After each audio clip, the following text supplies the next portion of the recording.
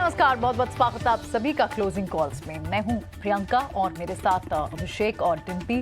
लेकिन निफ्टी कहीं और सुबह से लेकर दोपहर तक हो गया, लेकिन निफ्टी एक बहुत ही टाइट रेंज में आपको कारोबार करते हुए दिखाई दिया। 19,850 की जो रेजिस्टेंस थी वो एक बड़ी रेजिस्टेंस क्लियरली निकल कर आई और 19,800 के आसपास ही होवरिंग निफ्टी की चल रही है। बैंक निफ्टी में हालांकि वहां पर प्राइवेट बैंक से ही पार्टिसिपेशन अच्छी थी, बैंक से एक अच्छी रिकवरी जरूर देखने को मिल रही है, लेकिन कोई बड़ी बाइंग या बड़ी फॉलो अप मूव आपको बैंक्स में भी नहीं दिख रही है। फार्मा स्पेस अब भी लीड कर रहा है, जो सुबह जिस तरह की मूव थी मेटल्स में और हालांकि सरकारी कंपनियों में भी काफी अच्छी मूव है और यही आप सुबह से अब तक का बहुत मेजर कोई एक्शन बदलाव नहीं देखने को मिला है। तो इसके मायने क्या हैं? ग्लोबल मार्केट से ना कल संकेत, यूएस मार्केट से ना कल हमें संकेत मिले थे। आज आधे दिन के लिए ट्रेडिंग सेशन जरूर शुरू होगा, तो आज इस वीकेंड पर आपको ट्रेड्स लेकर क्या जाने हैं, इस पर आगे अगले 1 घंटे चर्चा होगी। हमारे साथ मेहमान भी जुड़ेंगे, लेकिन पहले क्विक एक बार एफएनओ के क्या इंडिकेशंस इस वक्त डिम्पी रीड कर रहे हैं वो समझ लेते हैं। डिम्पी, क्या ट्रेड सेटअप इस वक्त दिख रहा है? निफ्टी क्या इसी तरह से चाल दिखाएगा या फिर थोड़े बहुत ट्रिगर्स और बदलते हुए दिखाई दे रहे हैं? देखिए, सुबह अभिषेक ने हमसे पूछा था कि बाजार आपको कैसा लग रहा है, क्या होगा, तो हमने कहा था कल क्या चल रहा था, तो उन्होंने बोला कि एक रेंज में चलेगा। तो हमने कहा आज रिपीट टेलीकास्ट होगा। आज उससे भी छोटी रेंज हो गई है और आप कुल मिला के देखेंगे ना, जहाँ पे आप ओपन हुए हैं वहाँ से 30 पॉइंट ऊपर का हाई बना हुआ है, 30 पॉइंट नीचे का स्टॉप लॉस बना हुआ है। आप 19,500 के इंडेक्स से उम्मीद कर रहे हैं कि 30 पॉइंट चलेगा, तो इससे बड़ा बोरिश सेशन कहाँ से मिलेगा। और ये बात हमने सुबह बाजार खुलने से पहले ही आपको नोटिस करवा दी थी कि आज आपको इंडाइसिस में कुछ नहीं बनेगा, प्लीज़ इंडाइसिस को इग्नोर कर दो। आप इंडाइसिस के चक्कर में होगा क्या, आपसे अच्छे शेयर मिस हो जाएंगे। आज भी बहुत ऐसे शेयर्स हैं जो आप इंडाइसिस को देख के खरीद ही नहीं पाओगे। बाजार को जब तक ब्रेकआउट और ब्रेकडाउन नहीं मिलेगा तब तक काम ही नहीं बनेगा।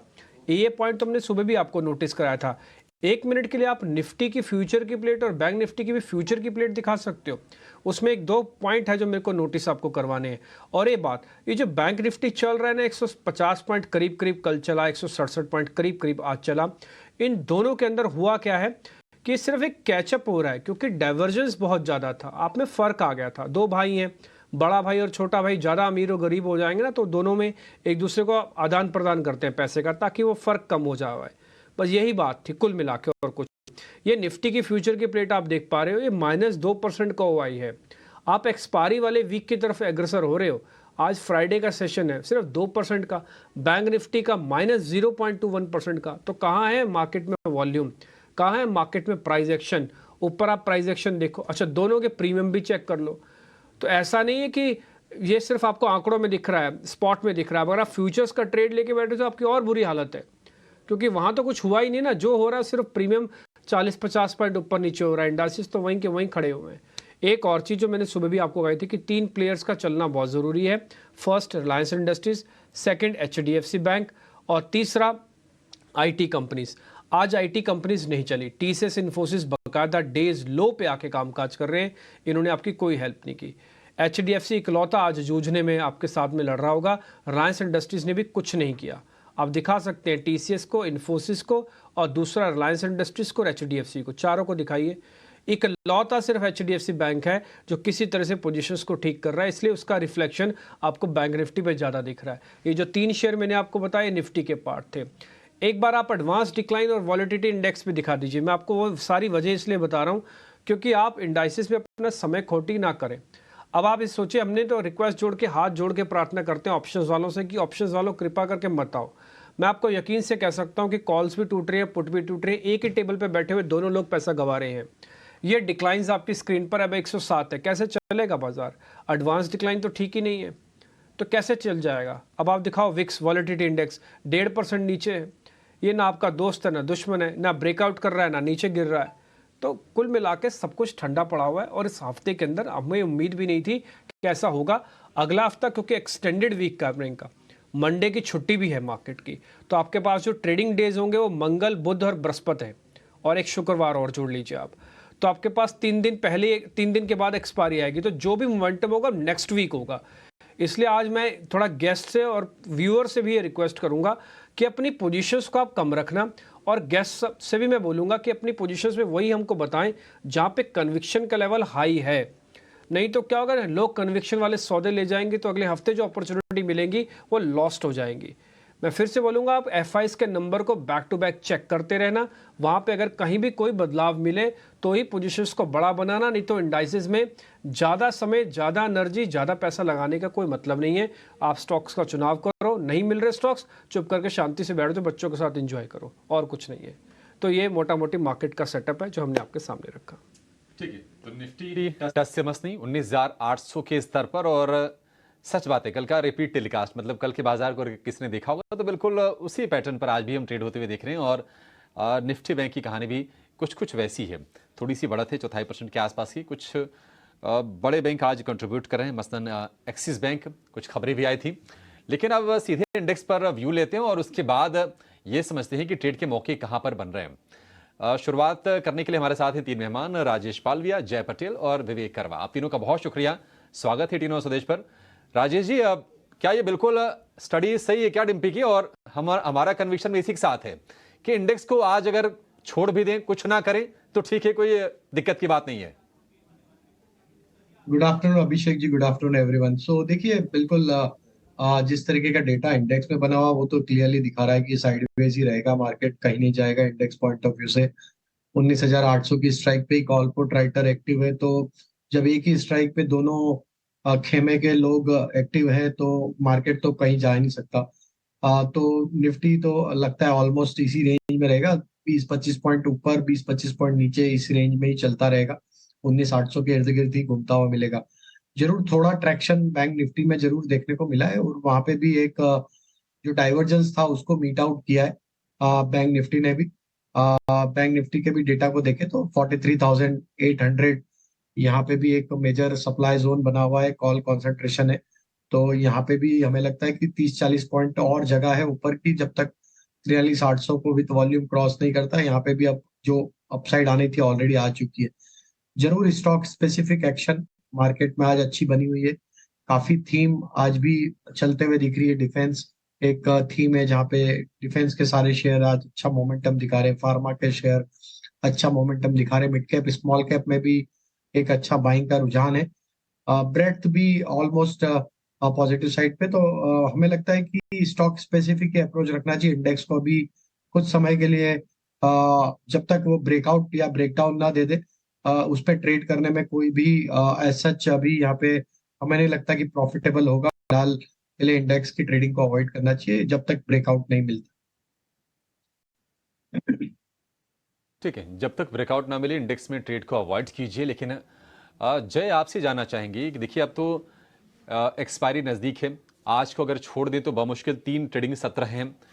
क्या आपको लगता है कि यहाँ से तेज़ी और बढ़ सकती है, और क्या 20,000 संभव है, ये बता दीजिएगा एक छोटा सा इंसाइट निफ्टी को लेकर, और अपने ट्रेड्स बता दीजिए कि अभी ट्रेड क्या करना है। गुड आफ्टरनून अभिषेक जी, डिम्पी जी और प्रियंका मैम। सो डेफिनेटली मुझे लग रहा है नेक्स्ट वीक में 20,000 तो मैं नहीं कह सकता, बट 19,900 के अराउंड हम जाने का डेफिनेटली एक ट्राई करेंगे, और मुझे लग रहा है वहां जाने के लिए सफल होंगे। यहाँ से 100 पॉइंट का अपू 2-3 दिन जो बाकी है, ट्यूसडे वेडनेसडे थर्सडे, वहां पॉसिबल है। ज्यादा कुछ अपसाइड मुझे दिख नहीं रही। नवंबर सीरीज में ऑलरेडी आई गेस अच्छा खासा अपसाइड दिख गया। फार्मा ऑल टाइम हाई का वहां पर चल रहा है, realty mid cap small cap सब ऑल टाइम हाई के वहां पर चल रहे हैं। तो थोड़ा मुझे लग रहा है सुस्त रहेगा, दिसंबर की वेट करेगा बाजार। सो उसके कैरी ऑन करते हुए पहला ट्रेडिंग पिक मुझे फार्मा सेक्टर से काफी एक स्ट्रॉन्ग स्टॉक है लुपिन, काफी अपसाइड पोटेंशियल लग रहा है। यहाँ से 1242 लेवल है अभी, ब्रेकआउट दिया हुआ है, हाई रही हाई लो पैटर्न दिख रही है डेली चार्ट पर। और ये स्टॉक में मुझे लग रहा है काफी ऑल टाइम हाई के वहां पर अभी, सॉरी 52 हाई के वहां पर अभी चल रहा है, तो अपसाइड मोमेंटम काफी स्ट्रॉन्ग आ सकता है। आरएसआई भी काफी मॉडरेट जोन में है, तो यहाँ से ओवरबॉट पोजीशन होने की ज्यादा टेंशन की बात नहीं दिख रही। तो 1330 would be a target and 1190 would be a stop loss in Lupin. So Lupin मुझे फार्मा सेक्टर से काफी स्ट्रॉन्ग लग रहा है। और दूसरा जो स्टॉक है वो है एफएमसीजी में से वी-मार्ट कंज्यूमर। देखे तो अभी वी-मार्ट की बात करें तो थोड़ा ओवरसोल्ड जोन से लेके अभी तक अपसाइड दिखा रहा है। 50 डे मूविंग एवरेज के वहां ब्रेकआउट करके ये स्टॉक ने आज अपसाइड दिखाया। टारगेट के तौर पर अराउंड 1970 का रख के ये स्टॉक में ट्रेड करते हैं। यहाँ से 7% अपसाइड का टारगेट है, तो थोड़ा टाइम होराइजन भी 2 वीक का हो जाएगा। मुझे लग रहा है वी मार्ट स्ट्रॉन्ग कैंडिडेट है अपसाइड पोटेंशियल के लिए। बॉटम बना चुका था, कंसोलिडेशन पैटर्न से ब्रेकआउट करके अभी अपसाइड दिखा रहा है। सो 1970 would be a target and stop loss के तौर पर 1770 रख के ये स्टॉक में हम ट्रेड कर सकते हैं। पता है आप बिल्कुल जय दिसंबर में वॉल्यूम्स थोड़े लो हो जाते हैं क्योंकि ऑफ कोर्स साल का एंड होता है और एफआई तो कम्प्लीटली गायब होते हैं, लेकिन उस सबसे पहले एक सेंटा रैली भी आती है। अब वो इस बार कब आएगी? उससे पहले हमारे स्टेट इलेक्शन के रिजल्ट्स भी हैं, दोनों सबड्यूड हैं, और किस तरह से क्या पैन आउट होगा इस पर भी एक चेक ले लेते हैं। विवेक कारवा बाजार पर फंडामेंटल नजरिया देने के लिए हमारे साथ बने। विवेक, बात तो ठीक है, थोड़ा सा जो लैकलस्टर मूव इस वक्त आपको मार्केट्स में दिख रहा है, कहीं ना कहीं बाजार भी या बड़े इंस्टीट्यूशनल इन्वेस्टर्स भी, एफआईज भी शायद थोड़ा सा इनडिसाइसिव हैं about the state election results also, क्योंकि बार बार ये हो रही है कि बीजेपी के लिए शायद 2 स्टेट्स होंगी, 0 स्टेट्स होंगी, 1 स्टेट होंगी, इन सब के बीच में बहुत सारी पॉसिबिलिटीज, और उसी के बेसिस पे शायद कितनी स्ट्रेंथ के साथ आएगी यूनियन इलेक्शंस में, इस बात पे बात हो रही है। लेकिन एट द सेम टाइम साल का ये आखिरी मंथ भी होगा, सबड्यूड होता है, वॉल्यूम कम होते हैं, लेकिन सेंटा रैली भी तो आती है। मार्केट पे इस वक्त आपकी बहुत शॉर्ट टर्म के लिए क्या रीडिंग बन रही है? गुड आफ्टरनून प्रियंका और सभी को पैनलिस्ट पे। देखिए, पहली चीज जो आपने इलेक्शंस के बारे में कहा, ये बहुत क्लियर है और जितने भी फंड मैनेजर से मैं बात करता हूँ सबके दिमाग में एक ही चीज है कि स्टेट इलेक्शंस आपको सेंट्रल इलेक्शन पे इफेक्ट नहीं देगा। और हमने ये पहले हिस्ट्री में देखा भी है कि जब एक स्टेट समझ लीजिए कि सेंट्रल और स्टेट गवर्नमेंट के लिए वोट करता है तो एकदम डाइवर्स वोटिंग भी पॉसिबिलिटी है। तो जो स्टेट लेवल पे होगा वो कोई जरूरी नहीं है आपको सेंट्रल लेवल पे वैसा ही दिखे। हाँ, सेंटिमेंट डैम्पनर में भी 1 या 2 दिन के लिए देख सकते हैं, वो पॉसिबिलिटी है, लेकिन लॉन्गर टर्म में मुझे लग रहा है कि सेंट्रल इलेक्शंस हम लोग अलग से ही ट्रैक करने वाले, स्टेट ज्यादा डिपेंडेंट नहीं होगा, पहली चीज। दूसरी चीज जो आपने कहा कि साल के एंड में डैम्पनर, देखिए पहले एक जमाने में ये काफी हुआ करता था जब एफआईआईज टोटली छुट्टी पे चले जाते थे और एकदम मार्केट ड्राइव, ये मैं करीबन 15 साल पहले की बात कर रहा हूँ जब मैं भी मार्केट में था उस वक्त भी। लेकिन आजकल उतना ये नहीं है, जो एनएवी मैनेजमेंट के चक्कर में ये लोग सेलिंग करते हैं वो पॉसिबिलिटी है, लेकिन ओवरऑल इन्वेस्टमेंट आए नहीं, वैसा नहीं होता है, क्योंकि आज के दिन आप चाहे कोई भी आइलैंड बीच साइड में बैठ के भी आप फोन पे ट्रेड कर सकते हो और जनरली फंड मैनेजर्स आजकल ट्रैक करते रहते हैं। तो बहुत ज्यादा मैं नेगेटिव नहीं हूँ। हाँ, शॉर्ट टर्म के लिए आपको लेक्चर ऐसे ही एक दायरे में ही दिखेगा बाजार। मुझे नहीं लगता है कि बहुत ज्यादा बड़ी रैली यहाँ से आने वाली है। हाँ, 3 दिसंबर इलेक्शन रिजल्ट्स देख के इन केस कोई भी सरप्राइज हो, वो भी बीजेपी के लिए पॉजिटिव, तो आपको दिख सकता है कि हम लोग 20,000 ट्राई करें। नहीं तो देखिए, हमेशा ट्रेड करने की जरूरत नहीं होती है बाजार में, तो अगर 10-15 दिन हम लोग 2 हफ्ते ऐसे ही गुजार दे एक रेंज में तो कोई दिक्कत की बात नहीं। ऑलराइट, ठीक है, कई बार नो ट्रेड करना भी एक ट्रेड ही होता है, अपनी कैपिटल को प्रोटेक्ट करना भी बहुत बड़ा ट्रेड होता है एक्चुअली। ठीक है, बिल्कुल। कुछ और स्टॉक्स लेते हैं, और इनफैक्ट आज बड़े दिनों के बाद हमारे साथ राजेश पालमिया भी बने हैं। राजेश, काफी बिजी चल रहे हैं आप, आज बहुत दिनों बाद आपके साथ बात हो रही है। आपकी टॉप बेट्स क्या होंगी? क्या फार्मा स्पेस ही यहाँ से अच्छी स्ट्रेंथ दिखाता रहेगा? स्टॉक्स में हमें लगता है फार्मा एक थीम है जहाँ पे क्लियर एक बाइंग इंटरेस्ट बना हुआ है। ग्रेन्यूल्स पे हमारा फोकस है, काफी स्ट्रॉन्ग यहाँ पे बाइंग एक्शन आज के सेशन में बना है।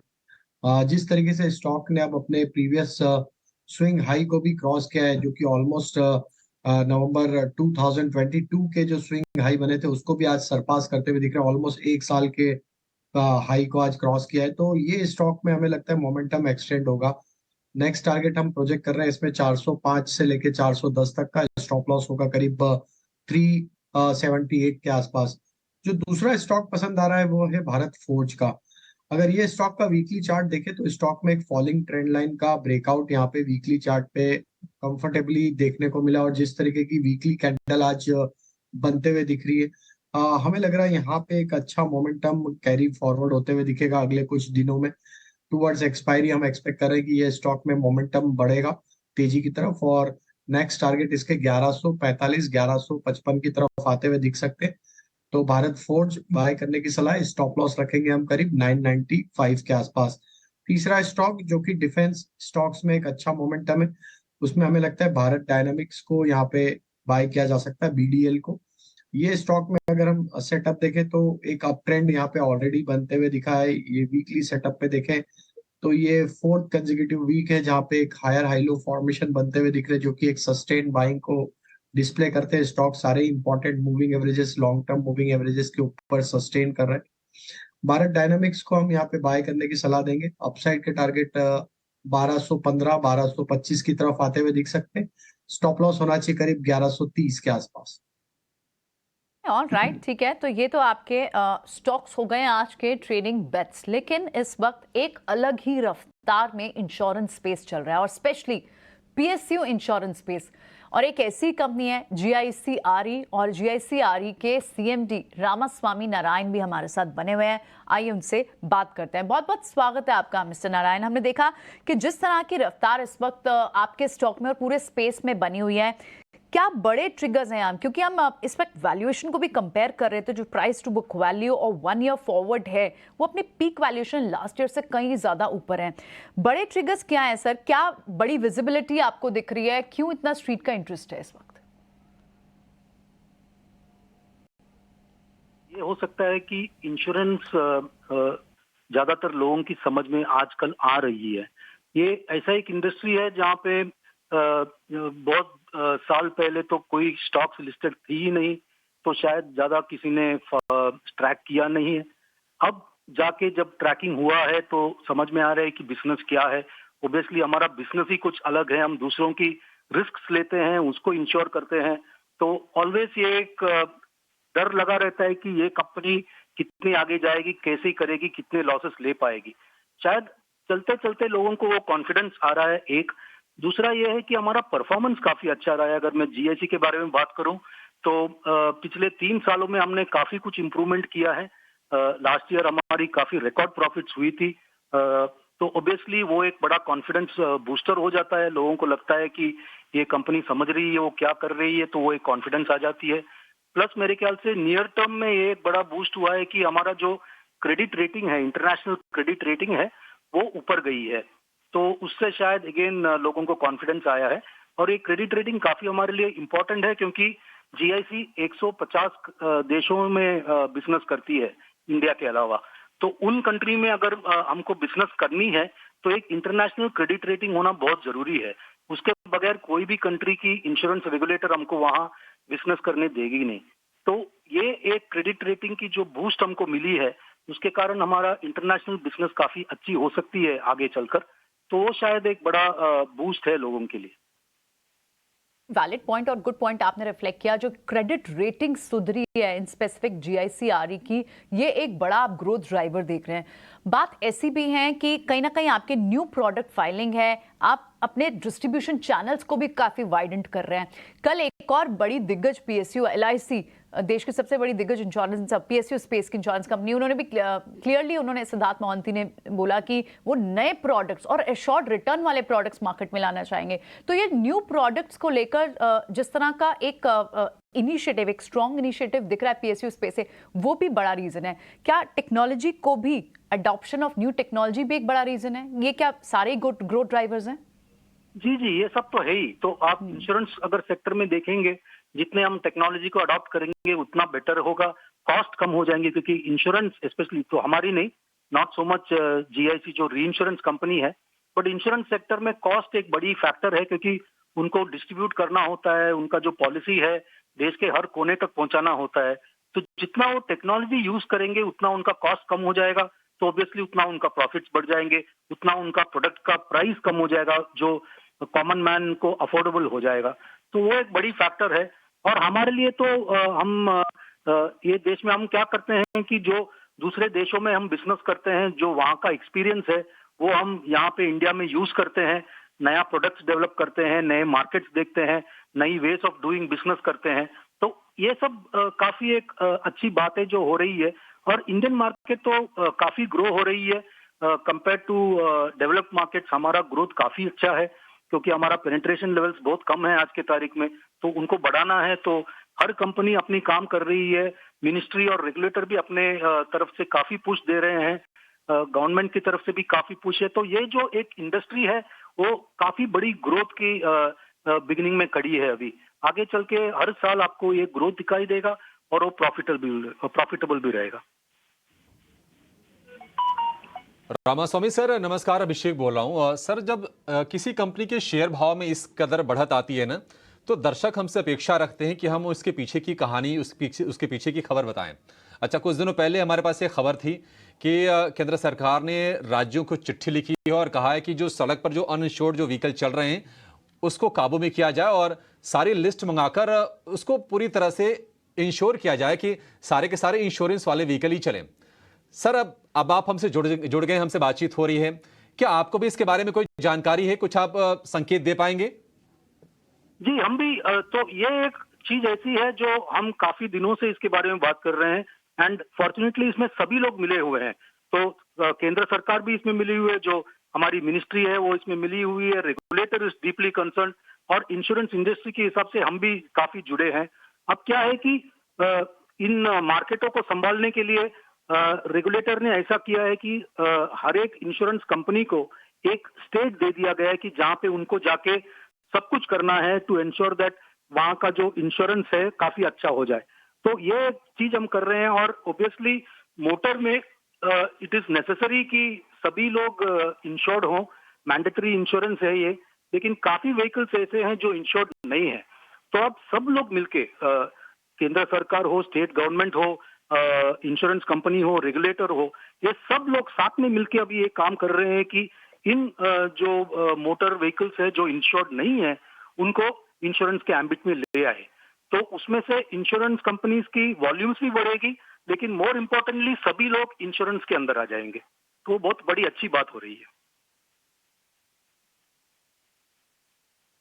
बढ़िया सर, आपने बड़े विस्तार से और बड़े ही तारीफ करेंगे आपकी, मतलब कि आपने बिल्कुल सफाई से जो आपको जानकारी है, आपके नॉलेज में जो चीज़ें हैं, बिल्कुल बिना किसी लाग लपेट के आपने हमारे सामने रखी। बहुत शुक्रिया सर आपसे, आपका हमसे बातचीत करने के लिए। बड़ा अच्छा लगा आपसे बातचीत करके। तो जीआईसीआरई और न्यू इंडिया एश्योरेंस आज तो जैसे शेयरों की तेजी को पंख ही लग गए हैं और 19% ऊपर ये शेयर ट्रेड कर रहा है। जीआईसीआरई का 314-15 रुपए के आसपास के भाव हैं। यहां से अब क्या रणनीति होनी चाहिए? निश्चित तौर पर अभी तो कोई शायद खरीदने के लिए कहे, क्योंकि बहुत ज्यादा ये हीटअप हो चुके हैं। राजेश जी, क्या व्यू है आपका इस पर? अभी यहां से आप कितनी तेजी देख रहे हैं? अगर हम प्योर टेक्निकल चेक करें, एक फंडामेंटल व्यू भी लेंगे विवेक से, लेकिन आज की तेजी देखकर आप क्या सलाह देंगे? तो अभिषेक जी देखिए, काफी स्ट्रॉन्ग बाइंग एक्शन पूरे ही सेगमेंट में आज बनी है। जीआईसीआरई देखें, एनआईएसीएल देखें या एलआईसी देखें, तीनों स्टॉक में एक अच्छा मोमेंटम बना है। हमें लगता है कि अभी तो जगह है यहाँ पे। अगर हम जीआईसीआरई की बात करें तो इसका नेक्स्ट टारगेट जो लगता है वो करीब 335 की तरफ आते हुए दिख सकता है। नेशनल इंश्योरेंस की बात करें तो ये स्टॉक में भी जिस तरीके से आज ब्रेकआउट हुआ है, अगर इसके वीकली चार्ट, मंथली चार्ट भी देखें तो काफी बड़े अंतराल के बाद ये स्टॉक ने 190 का लेवल क्रॉस किया है। तो हमें लगता है ये ब्रेकआउट अब जिस तरीके से मंथली चार्ट पे बना है 190 के ऊपर अभी रहता है, तो इसका नेक्स्ट टारगेट जो बन सकता है वो करीब 236 से 240 की तरफ आते हुए दिख सकता है। वहीं हम एलआईसी की बात करें तो एलआईसी में अब जिस तरीके के सेटअप बने हैं, इसका नेक्स्ट जो लेवल आते हुए दिख रहा है वो करीब 690 और 710 की तरफ आते हुए दिख सकता है। तीनों स्टॉक में हमें लगता है कि पोजीशन कैरी फॉरवर्ड की जा सकती है। Another round of buying action यहाँ पे अगले हफ्ते भी आते हुए दिख सकती है। स्टॉप लॉस जीआईसीआरई का होगा करीब 302 रुपए के आसपास। नेशनल इंश्योरेंस में स्टॉप लॉस होगा करीब 200 रुपए के आसपास और एलआईसी का स्टॉप लॉस पोजीशन कैरी करने के लिए होगा 668 के आसपास।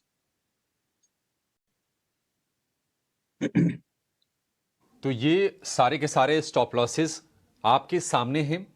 एलआईसी में भी आज अच्छी खासी तेजी है, जबकि वो लाइफ इंश्योरेंस वाली कंपनी है, लेकिन कहीं ना कहीं चूंकि चुनाव आगे खड़े हैं और इंश्योरेंस इंडस्ट्री को ऐसी उम्मीद है कि उसका दायरा बढ़ाने के लिए सरकार कुछ फैसले ले सकती है।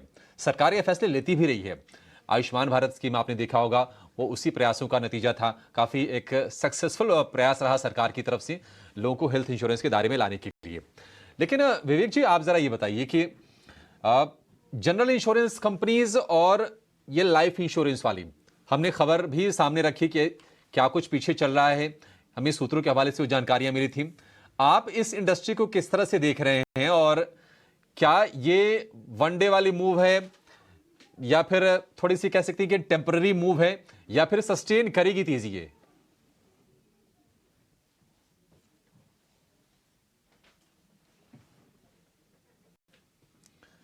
विवेक जी अनम्यूट कीजिए सर, फिर आपका विवेक हम तक आ पाएगा। ओके, मैंने ध्यान नहीं दिया। एनीवे, देखिए मुझे लगता है कि ये बहुत लंबा मूव नहीं है, ये टेम्पररी मूव है। अब इसके कारण भी मैं बताता हूँ क्यों। इनफैक्ट जीआईसी मूव करेगा करके मैं पिछले 3 साल से वेट कर रहा हूँ, मेरे पास थोड़ा बहुत क्वांटिटी है इसका। और क्या हुआ था कि कंपनी से सारी अंडरवैल्यूड चल रही थी और अच्छा काम कर रही थी, उसके उसके बीच में आ गया कोविड। अब कोविड के चक्कर में इनको बहुत बड़े बड़े नुकसान उठाने पड़े थे, क्योंकि क्लेम्स बहुत ज्यादा आ गए थे और उसके कारण कंपनीज की बैलेंस शीट एकदम बोलते हैं ना अपसाइड डाउन हो गई थी। अब ये कंपनी उस माहौल से वापस बाहर आ रही है और थोड़ा बहुत यहाँ से बेटर परफॉर्मेंस दिखाने की उम्मीद है। अब दो चीजें, देखिए जो आपने दूसरा कारण बोला था वो सच है कि नहीं, अभी तक तो मैंने सर्कुलर देखा नहीं है कि इसके अंदर सरकार जितने भी 54% गाड़ियां विदाउट इंश्योरेंस चल रही है उन पे अगर एक्शन लेती है तो ये पॉजिटिव न्यूज है पक्का इन कंपनीज के लिए। और उसके लिए एलआईसी क्यों मूव कर रहा है मुझे नहीं मालूम। अब दूसरी चीज, जितने भी इलेक्शंस है, देखिए सब स्टेट में कोई ना कोई रूप या फिर फॉर्म या मतलब अलग अलग पैकेज दे के इंश्योरेंस ऑलरेडी पब्लिक को मिल रहा है। और अगर आप जाके डेटा देखो, जितने भी ये सरकारी मतलब चुनाव के वक्त जितने भी प्रोमिसेस होते हैं, ये कंपनीज इनफैक्ट कमाती नहीं है इसमें, क्योंकि जो रेट्स है, जो भाव है, जो प्रीमियम है, वो एकदम तोड़ मोड़ के एकदम लोएस्ट प्रीमियम्स में ये कंपनी जनरली इशू करती है। तो पॉजिटिव, जैसे मैंने कहा, वो जो 54% वाली आप बात कर रहे हो व्हीकल्स की, वो हो सकता है। और इनमें अभी मुंह आ रहा है क्योंकि वापस अब माहौल ठीक हो रहा है, कोविड वगैरह चला गया है और ये कंपनी वापस कंपेयर टू प्राइवेट आपको अंडर वैल्यूएशन पे मिल रही है करके वो वैल्यूएशन करेक्शन हो रहा है। तो बहुत ज्यादा मूवमेंट मैं नहीं देखता हूँ, मेरे पास है। अगर मतलब ट्यूसडे 5-10% या थोड़ा और बढ़े ये, तो उस वक्त मैं प्रॉफिट बुक करना चाहूंगा। तो ये व्यू तो रहा इस पर्टिकुलर स्पेस पे, लेकिन ऑप्शन ट्रेडर्स के लिए हमारा एक खास सेगमेंट, ऑप्शन का चैंपियन कुश वोरा है हमारे साथ, आइए उनसे बात करते हैं।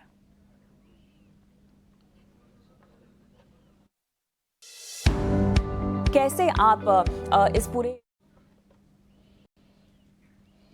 कुश वोरा से बात करते हैं। चलिए, आज का ट्रेड क्या है उनके पास। कुश, गुड आफ्टरनून। आज कौन सा स्पेस पे आपको लग रहा है कि तेजी बनी रहेगी, अंडरस्टैंडिंग कि हम 3 दिन के बाद अब फिर इंडियन मार्केट्स खुलेगी?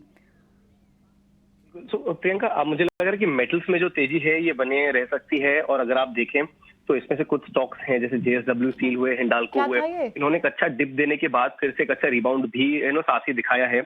अगर आप देखें तो हिंडाल्को का 500 का एक रेजिस्टेंस हुआ करता था, उसके नीचे स्लिप हुआ था हल्का सा, बट तुरंत उसको रिकवर कर दिया है, रिकैप्चर कर दिया है।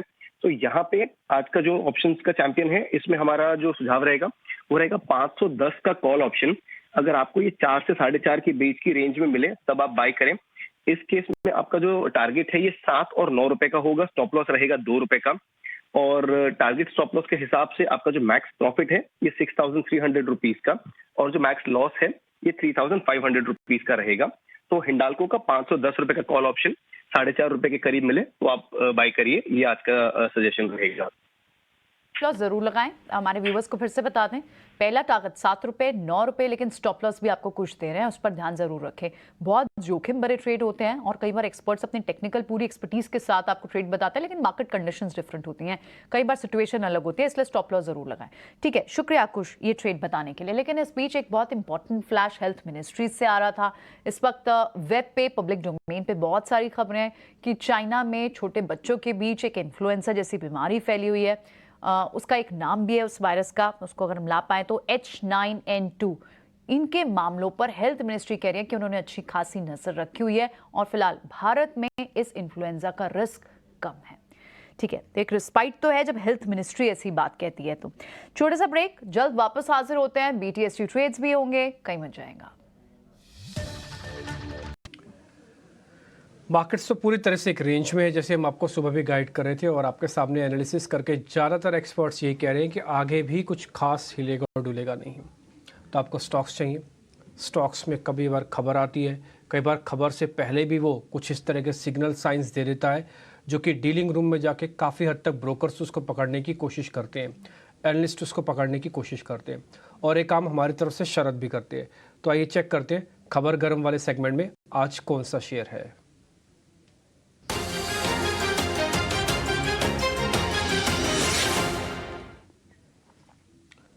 शरद हमारे साथ जुड़े हैं। शरद, बताएं जरा आप।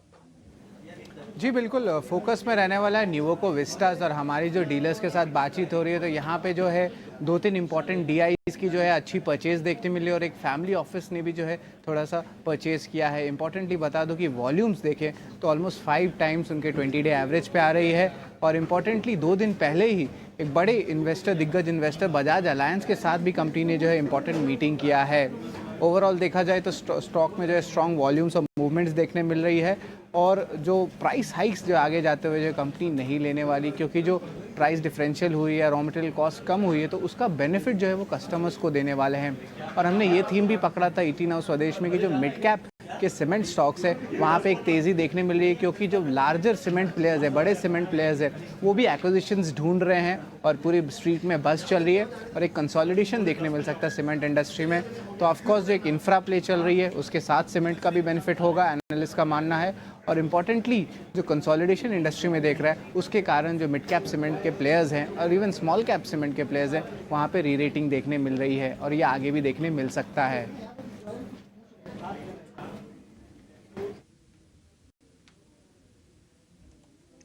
ठीक है, तो ये एक शेयर है जिस पे आपको ध्यान रखना है। फिलहाल 2 से 2.5% ऊपर है। खबर आपको चैनल चेक के जरिए हमारे सहयोगी ने आपको बता दी है। एक काम करें, न्यूवोको को एक बार जरा चेक भी करवा लेते हैं। चेक करेंगे हमको जय पटेल। जय, आप जरा शेयर को चेक करेंगे, मैं स्पेल कर देता हूँ आपके लिए, NUVOCO और विस्टास लिख दीजिएगा, आपको शेयर मिल जाएगा। 360 रुपये का है। डिम्पी जी, डेफिनेटली न्यूवोको विस्टास को हम बचपन से देखते आ रहे हैं। निरमा कंपनी अहमदाबाद की कंपनी है, सो डेफिनेटली ये स्टॉक में मुझे अभी दिख रहा है कि डबल बॉटम जो पैटर्न दिख रही है, बहुत अराउंड अगस्त के महीने में एक बॉटम बनाया था अराउंड 338 के अराउंड, और अराउंड नवंबर में भी सेम टू सेम बॉटम बना, तो वहां से एक रिबाउंड डेफिनेटली दिख रहा है, बट सस्टेनेबल नहीं है। ओवरऑल मुझे लग रहा है ये स्टॉक 373 के बीच में जा सकता है, अराउंड 370 टू 380 के बीच में ये स्टॉक जा सकता है आने वाले दिनों में, बट यहाँ से ज्यादा कुछ अपसाइड नहीं दिख रही। ये कंपैरिजन में मुझे लग रहा है ग्रेसिम और इवन दूसरे जो अंबुजा सीमेंट से वहां पर मुझे एक अच्छा खासा मोमेंटम लग रहा है, बिकॉज अभी काफी कंसोलिडेशन में अंबुजा सीमेंट की बात कर रहे हैं, तो डेफिनेटली यहाँ पर मुझे लग रहा है कि आने वाले दिनों में वहां बस बन सकता है। न्यूवोको विस्टास पर रेंज ज्यादा नहीं दिख रही, यहाँ से 4 to 5% की अपसाइड दिख रही है। So depends on the trader के, ट्रेडरिंग के लिए बाय करना हो तो डेफिनेटली वो अच्छा बाय कर सकते हैं, बट इन्वेस्टिंग के लिए Ambuja cement would be a good pick.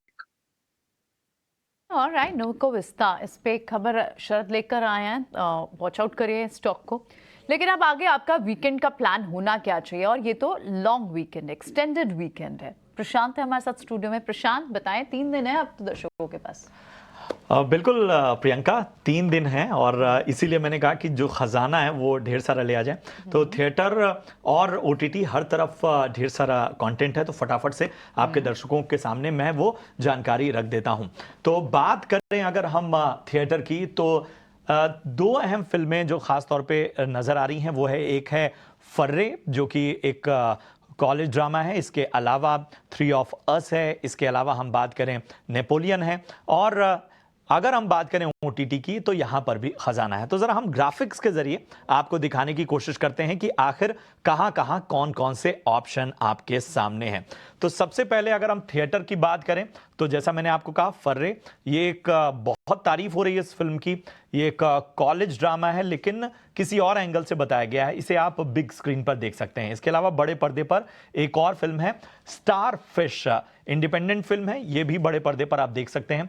वहीं अगर हम बात करें हॉलीवुड से तो नेपोलियन बोनापार्ट की बायोपिक आप देख सकते हैं बड़े पर्दे पर, रिडली स्कॉट जाने माने निर्देशक, उनकी ये फिल्म सामने आई है। अब शिफ्ट करते हैं OTT कंटेंट की तरफ। तो लियो, जो कि अगर आपने बिग स्क्रीन पर मिस कर दी है तो नेटफ्लिक्स पर यह फिल्म स्ट्रीम हो रही है, हिंदी और बाकी भाषाओं में, जो भी आपको पसंद हो आप देख सकते हैं। इसके अलावा कुछ और भी फिल्में जो हैं OTT पे हैं। फुकरे 3 अगर आपने बड़े पर्दे पर नहीं देखी तो ये भी Amazon प्राइम पर आप देख सकते हैं। इसके अलावा और भी कई सारी फिल्में हैं जैसे ओपनहाइमर, हालांकि इसे देखने के लिए आपको रेंट देना पड़ेगा प्राइम वीडियो पे, ये फ्री में मौजूद नहीं है, लेकिन ओपनहाइमर का इंतजार लोग लगातार कर रहे थे। और भी ढेर सारा कंटेंट आपके सामने हम लेकर आ रहे हैं। आपको बता दें कि द वैक्सीन वॉर अगर आपने बड़े पर्दे पर नहीं देखी तो डिज्नी प्लस हॉटस्टार पर यह फिल्म भी आप देख सकते हैं। आपको बता दें फुकरे और वैक्सीन वॉर एक ही समय रिलीज हुई थी। साउथ की एक फिल्म है, मसाला फिल्म है छत्रपति। अगर आपको दक्षिण भारतीय सिनेमा पसंद है, प्राइम वीडियो पे हिंदी में मौजूद है, ये भी आप फिल्म देख सकते हैं। तो ये तो सारा कंटेंट मैंने आपके सामने रखा, लेकिन इनमें रिकमेंडेशंस मेरी क्या हैं वो जरा जान लीजिए।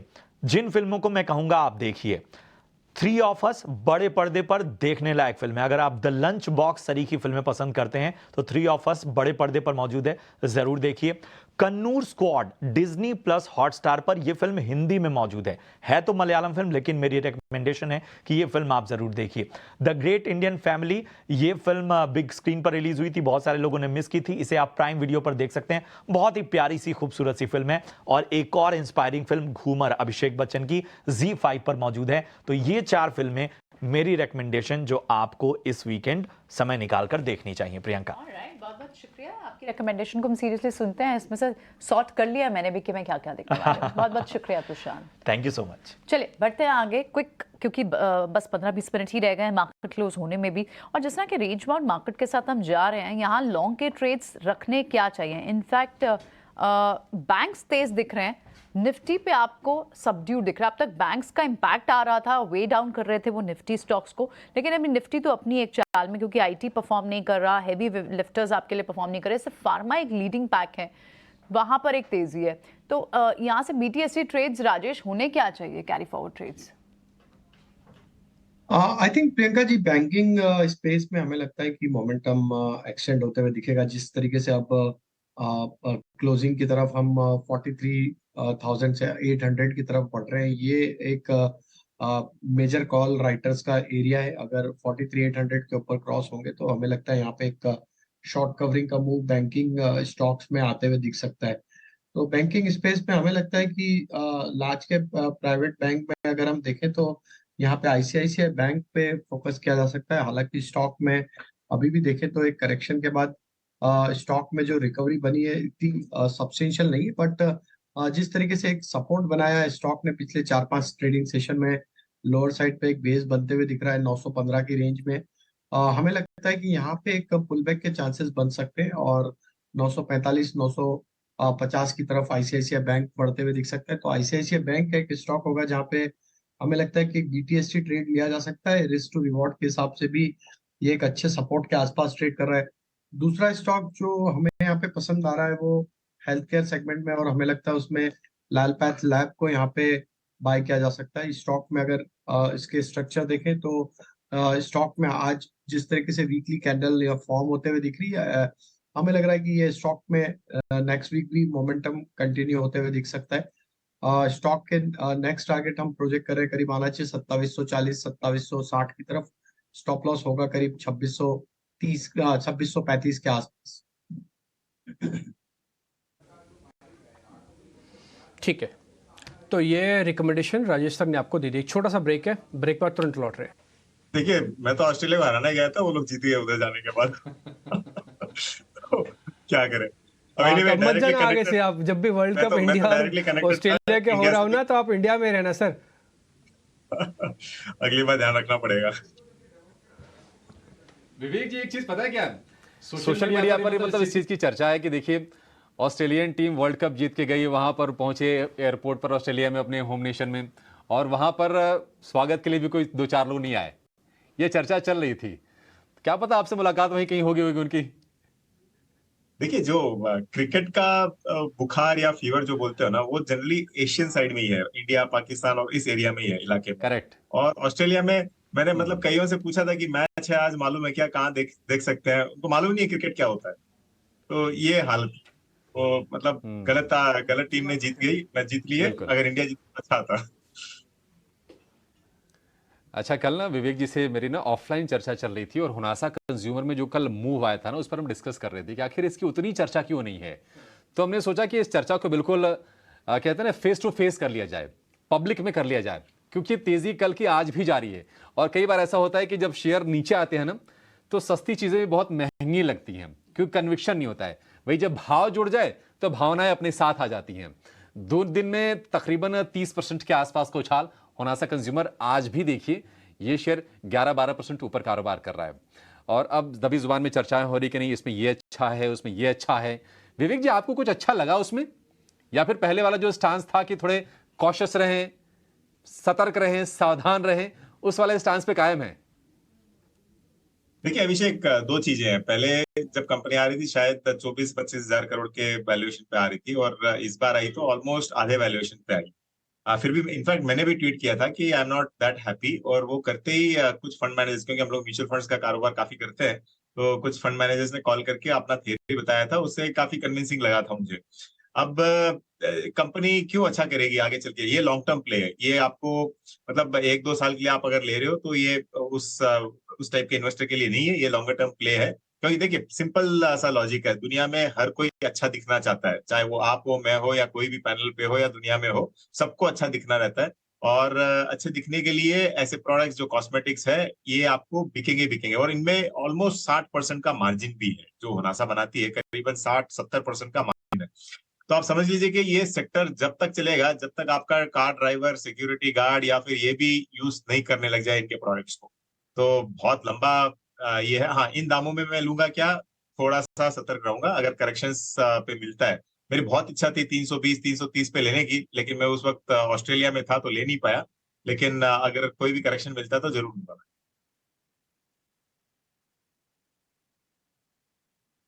ठीक है सर, डन। मौका नहीं मिल पाया। ऑस्ट्रेलिया, देखिए ऑस्ट्रेलिया आपके कितने नुकसान किए, वर्ल्ड कप जितवा दिया और वहाँ पे गया आपको होनासा छुड़वा दिया। अब आप मत जाना ऑस्ट्रेलिया सर, आप इंदौर जाना। जा रहे हैं ना राजेश जी इंदौर? राजेश जी आप जा रहे हो क्या 3 दिन की छुट्टी पे इंदौर? डिम्पी जी, मैं लास्ट वीक इंदौर ही था और ऑलमोस्ट 5 दिन इंदौर रह के ही आया हूँ। अच्छा, मेरे को ऐसा क्यों लगता है मैं आपसे इंदौर बोलूंगा तो आपका एकदम से चेहरा खिल जाता है, नहीं? आप इंदौर बोलते एकदम से आपकी खुशी आ जाती है, बढ़िया अच्छा लगता है। अपने अपने रूट से जो कनेक्टेड रहता है, मज़ा तो खैर आता ही है। खैर एनी हाउ, एक काम करते हैं, जरा सिडनी से सीधा सेबी की तरफ चलते हैं। सेबी एक बैठक करने जा रहा है, डीलिस्टिंग के कुछ एक नियमों में बदलाव करना चाहता है। एक बार मैं अपने सहयोगी अंकुर को अपने साथ जोड़ लेता हूँ, वो आपको जरा पूरा मैटर समझा देंगे। इस बीच बैंक निफ्टी 2 शतक लगा रहा है, 200 पॉइंट ऊपर आ चुका है। अंकुर जी जरा बताइए सेबी क्या फैसला लेने जा रहा है? जी हाँ, सेबी की बहुत ही अहम बोर्ड बैठक होने वाली है और यहाँ पर जो प्रमुख एजेंडा है वो है delisting of shares. Delisting of shares में कोई एक ऑल्टरनेटिव मैकेनिज्म हो, इस पर एक चर्चा काफ़ी दिनों से चल रही थी और सूत्र में यही बता रहे हैं कि बोर्ड इस बार ये फैसला करेगा कि एक फिक्स्ड प्राइस मैकेनिज्म के साथ डीलिस्टिंग हो सकती है क्या कोई ऑल्टरनेट है रिवर्स बुक बिल्डिंग प्रोसेस का, जो कि अभी का प्रोसेस है, और या फिर अभी के जो प्रोसेस है वहाँ पे कुछ खामियां हैं। क्योंकि आपको हम याद दिला दें कि यहाँ पर कई बार ऐसी शिकायतें आई थी कि डीलिस्टिंग के बहाने यहाँ पे प्राइस मैनिपुलेशन होता था। तो क्या इसको रोकने के लिए सेबी बोर्ड बैठक का इस बार जो होने वाली है वो डीलिस्टिंग नॉर्म्स पर मोहर लगाएगा? ये देखने वाली बात होगी, क्योंकि इस बार के एजेंडे में सबसे टॉप पर ये मुद्दा है। इसके अलावा बाकी मुद्दों की बात करें तो मीडियम, स्मॉल एंड माइक्रो रीट्स पर यहाँ पर चर्चा हो सकती है, जहाँ पे फ्रैक्शनल ओनरशिप पॉसिबल होगा रियल एस्टेट में अगर आप चाहते हैं। रीट्स की जो जिस तरीके का चलन रहा है वहाँ पर रेगुलेटर अभी तक काफ़ी उत्साहजनक नहीं रहा है, क्योंकि आप बोल सकते हैं कि रीट्स अभी तक जो रियल एस्टेट में वो मात्र 3 रहे हैं। तो आइडिया ये है कि यहाँ पर और भी रीट्स को प्रमोट किया जाए, इसलिए ये एमएसएम रीट्स को एक मंजूरी मिल सकती है। यहाँ पर आप मात्र 10 लाख रुपए के इन्वेस्टमेंट से जो फ्रैक्शनल ओनरशिप वाले रीट्स हैं वो वहाँ पे पैसा लगा सकते हैं। और आइडिया यही है कि जो रीट्स हैं वो आगे जाकर और भी बढ़े। इसके अलावा हमें जानकारी ये भी मिली है कि साइबर सिक्योरिटी इश्यूज के मुद्दे भी सेबी की बोर्ड बैठक में यहाँ पर चर्चा में आ सकते हैं। अब कुल मुद्दों की अगर हम बात करें तो 14 से 15 आइटम्स है जहाँ पे चर्चा होने वाली है, लेकिन अब देखना यह होगा कि इनमें से कितने मुद्दों पर यहाँ पर मुहर लगती है। लेकिन सबसे जरूरी होगा जो डीलिस्टिंग नॉर्म्स पर आखिर सेबी क्या रुख अपनाता है। ऑलराइट अंकुर, डीलिस्टिंग नॉर्म्स पर रिलैक्सेशन की बात हो रही है। अगस्त में इनफैक्ट एक मीटिंग भी हुई थी सेबी की और दिसंबर में रूल्स आएंगे, इस तरह की बात होती है। और इसी मूव में आप देखें तो टाटा होल्डिंग जैसे होल्डिंग स्टॉक्स कई सारे चले हैं, टाटा इन्वेस्टमेंट जैसे स्टॉक्स। बहुत बहुत शुक्रिया है सारे एजेंडा हमें बताने के लिए। देखना होगा कि कौन कौन से मुख्य तौर पर कवर होते हैं शनिवार को। अपडेट का इंतजार रहेगा आपसे। लेकिन एक और अपडेट हम समीर से लेते हैं, हमारे साथ फोन लाइन पर बने हुए हैं और वो चाइना में लाइव है हमारे साथ। इनफैक्ट समीर हमें बताएंगे कि हेल्थ मिनिस्ट्री इस वक्त थोड़ा सा आश्वासन तो मिला है समीर, हालांकि आप पब्लिक डोमेन पे देखें थोड़ा सा डर जरूर लगता है, जिस तरह से इन्फ्लुएंजा जैसी बीमारी की बात, हॉस्पिटल फ्लडेड है वहाँ, बच्चों के बीच में जो इन्फ्लुएंजा जैसी डिजीज फैली हुई है। हेल्थ मिनिस्ट्री ने और क्या क्या कहा है इस पर अभी?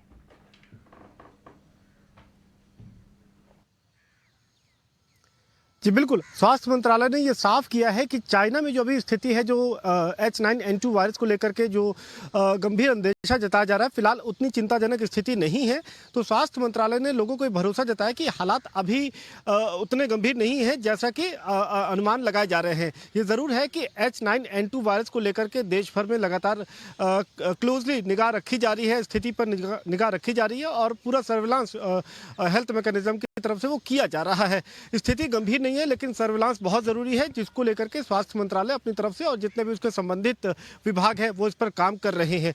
लेकिन इसके साथ ही साथ स्वास्थ्य मंत्रालय ने यह भी कहा कि अगर कोई आपातकालीन स्थिति होती है तो पूरा जो इंफ्रास्ट्रक्चर है, हेल्थ इंफ्रास्ट्रक्चर, वो पूरी तरीके से तैयार है किसी भी स्थिति से निपटने के लिए। जहां कहीं भी जरूरत लगती है इमरजेंसी की, तो उस स्थिति के लिए भारत का हेल्थ इंफ्रास्ट्रक्चर तैयार है। तो यहाँ पर एक तरीके से लोगों में जो पैनिक का माहौल बना हुआ है उसको दूर करने के लिए स्वास्थ्य मंत्रालय ने यह स्पष्ट किया कि H9N2 वायरस को लेकर के उतने घबराने की बात नहीं है। इसके साथ ही साथ स्वास्थ्य मंत्रालय ने यह भी बताया कि अक्टूबर महीने में DGHS की अध्यक्षता में एक बैठक हुई थी इसी वायरस को लिए, और उस वायरस को लेकर जो मीटिंग हुई और जो तमाम स्टेक होल्डर्स ने अपनी राय व्यक्त करी और जो चर्चा हुई, उसके बाद ये बात समझ में आई कि जो फैटेलिटी रेट है वो बहुत ज़्यादा नहीं है, और ये भी है कि ह्यूमन टू ह्यूमन यानी कि लोगों से इस वायरस के फैलने की जो दर है वो बहुत ज़्यादा नहीं है। तो ये कम से कम राहत की बात है कि ये जो वायरस जिसका जिक्र यहाँ पर लगातार हो रहा है H9N2, ये वायरस इंसानों में बहुत तेज़ी से नहीं फैलता है, ना ही इसकी फैटेलिटी रेट बहुत ज़्यादा है। लेकिन सतर्क रहने की ज़रूरत है, उसको लेकर के स्वास्थ्य मंत्रालय संभावित है कि आने वाले वक्त में सभी राज्यों से बात करें। लेकिन फिलहाल हेल्थ इंफ्रास्ट्रक्चर की बात करें तो वो भी तैयार है और स्वास्थ्य मंत्रालय पूरी स्थिति पे नज़दीकी से नज़र बनाए हुए है। बहुत बहुत शुक्रिया समीर ये जानकारी हमें देने के लिए। चलिए क्विकली एक बार मार्केट पर कुछ लास्ट मिनटों में बात कर लेते हैं। एक बार इंडेक्स पे भी एक कॉल समझ लेते हैं, क्योंकि अगर बैंक यहाँ से तेज है और निफ्टी की बहुत ही ज्यादा लैकलस्टर मूवमेंट है, रेंज बाउंड मूवमेंट है, तो क्या कोई ऑप्शन का ट्रेड इंडेक्स पर अगर बुल स्प्रेड नहीं लग सकता तो बियर स्प्रेड या फिर एक हेज स्ट्रैटेजी राजेश लेके जा सकते हैं? प्रियंका जी, मुझे लगता है बैंक निफ्टी में यहाँ पे ट्रेड लिया जा सकता है। यहाँ पे बैंक निफ्टी का जिस तरीके से स्ट्रक्चर बन रहा है, हमें लगता है कि यहाँ पे मोमेंटम एक्सटेंड होते हुए दिख सकता है। यहाँ पे एट द मनी का ही कॉल ऑप्शन पे फोकस करना चाहिए। 43,800 के स्ट्राइक का कॉल ऑप्शन जो कि करीब 197 के आसपास है, ये बाय करें। और इसकी कॉस्ट को कम करने के लिए 44,000 का कॉल ऑप्शन जो कि करीब 100 रुपए के 108 रुपए के आसपास ट्रेड कर रहा है, इसको सेल कर दे तो ये 200 रुपए की स्प्रेड यहाँ पे हमें लगता है कि यहाँ पे बनाना चाहिए, क्योंकि नेक्स्ट मेजर कॉन्सेंट्रेशन अभी 44,000 पे। तो यहाँ पे 100 रुपए की कॉस्ट में 1:2 के रिस्क टू रिवॉर्ड के हिसाब से यहाँ पे बुल कॉल स्प्रेड का ट्रेड लिया जा सकता है। 43,800 का कॉल बाय करें और सामने उस पर कॉस्ट कम करने के लिए 44,000 का कॉल सेल करके चले। ठीक है, ऑप्शंस के थ्रू राजेश जी की स्ट्रेटजी।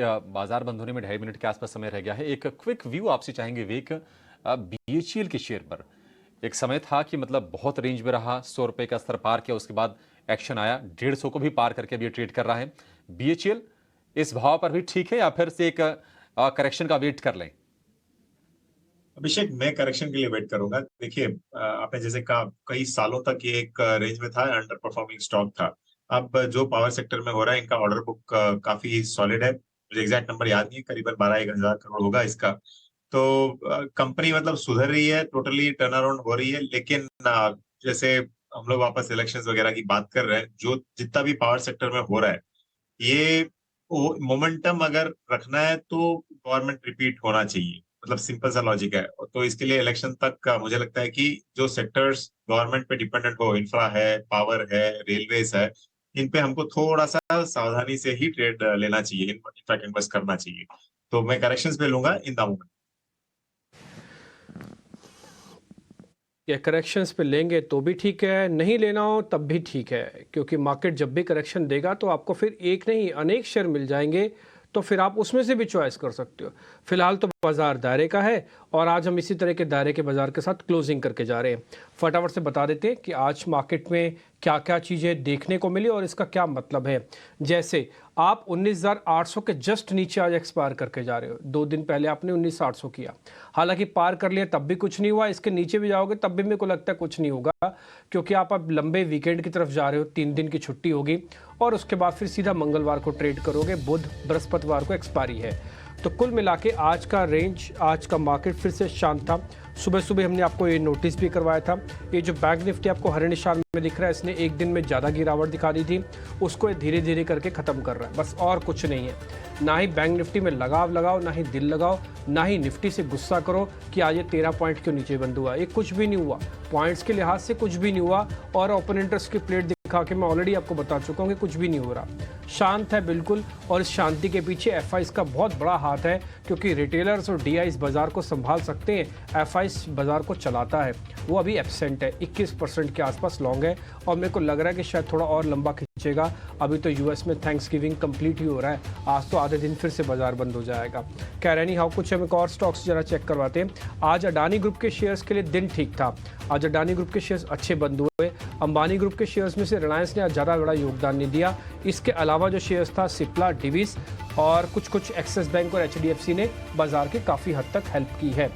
अब मंगलवार को देखेंगे। आप शांति से बिना तनाव के आराम कीजिए, एंजॉय कीजिए इस 3 दिन की छुट्टी को। और आप सभी मेहमानों को कार्तिक पूर्णिमा की बहुत बहुत बधाई। ईटी9 स्वदेश की पूरी टीम की तरफ से कार्तिक पूर्णिमा की, और गुरुपुर्ब भी होता है उस दिन, तो गुरु नानक देव जी का जन्मदिन है, तो उसके लिए आपको बहुत बहुत बधाई हमारी तरफ से। जय, बहुत शुक्रिया, थैंक यू वेरी मच, आपने समय दिया। Rajesh ji thank you very much, आपने समय दिया। और विवेक जी आपका भी थैंक यू वेरी मच, आज आपने समय निकाला। मेरे को, प्रियंका को और अभिषेक को आप इजाज़त दे सकते हैं, सुबह से बैठे थक गए हैं, हमको भी 3 दिन की छुट्टी एंजॉय करनी है। और अब मेरे साथ मनीष जी जुड़ रहे हैं।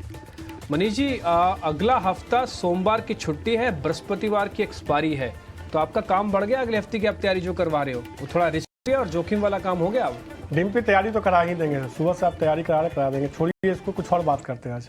हाँ ज़्यादा बेहतर है, 3 दिनों की छुट्टी तो है। फिर एक बार बताओ, फिर फिर एक बार बताओ, आपके टर्न अराउंड शेयर कौन से थे? मेरे को एक तो बताओ, मेरी किसी वजह से मैं उस पूरे शो को देख नहीं पाया, उसमें एक शेयर बताओ टर्न अराउंड। 15 शेयर थे, जैसे पीएफसी आरसी जैसे स्टॉक से कभी चले ही नहीं 21 साल तक, फिर चले खूब।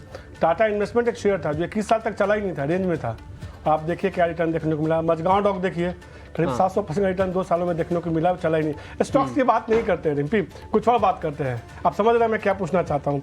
अभी आपने थोड़ी देर पहले कहा कि निफ्टी से गुस्सा नहीं, निफ्टी से लगाव नहीं, इस हफ्ते आपने यही कहा। अब जो मेरे सहयोगी लोग हैं डेस्क में, वो कह रहे थे कि ऐसा डिम्पी से एक सवाल पूछिए कि डिम्पी अपने गुस्से को शांत करने के लिए क्या करता है, अनुलोम विलोम या कपालभाति? सर कुछ नहीं करता है, मैंने पानी का गिलास अपने पास रखा हुआ है, जब भी मेरे को गुस्सा होता है तो मैं पानी का गिलास में पानी पी लेता हूँ और ख़त्म हो जाता है, फिर और मंगवा लेता हूँ। बिल्कुल, तो बस यही चर्चा थी, वही जानना चाहता था मैं आपसे। वैसे 3 दिनों की छुट्टियां हैं, तो 3 दिन आप अच्छे से दिल्ली की सर्दियों को एंजॉय कीजिए। प्रियंका, आप तो दिल्ली की सर्दी को मिस कर रही होंगी। मैं शादियों को भी बहुत मिस कर रही हूँ। बहुत चर्चा हुई है कि दिल्ली की शादियां बहुत सारी हैं, 4 लाख। किसी शादी में जा रहे हैं कि नहीं डिम्पी आप? अभिषेक नहीं, शादी के पास इनविटेशन भी है संडे का, संजीव सर दे रहे थे। हाँ अभिषेक बताइए। मनीष जी मैं जा रहा हूँ, अगले महीने में जा रहा हूँ, जब छुट्टी पे जाऊंगा ना तो एक चंडीगढ़ में शादी जरूर अटेंड करूंगा मैं एक। बिल्कुल, तो निश्चित रूप से तो ये सारी बातें थी, लेकिन कुछ बाजार की बातें होंगी, अगले हफ्ते की बातें होंगी। 3 दिन की छुट्टियां, उसके बाद बाजार खुलेगा तो आपको क्या करना चाहिए, इन तमाम मुद्दों पर चर्चा होगी एक छोटे से ब्रेक के बाद।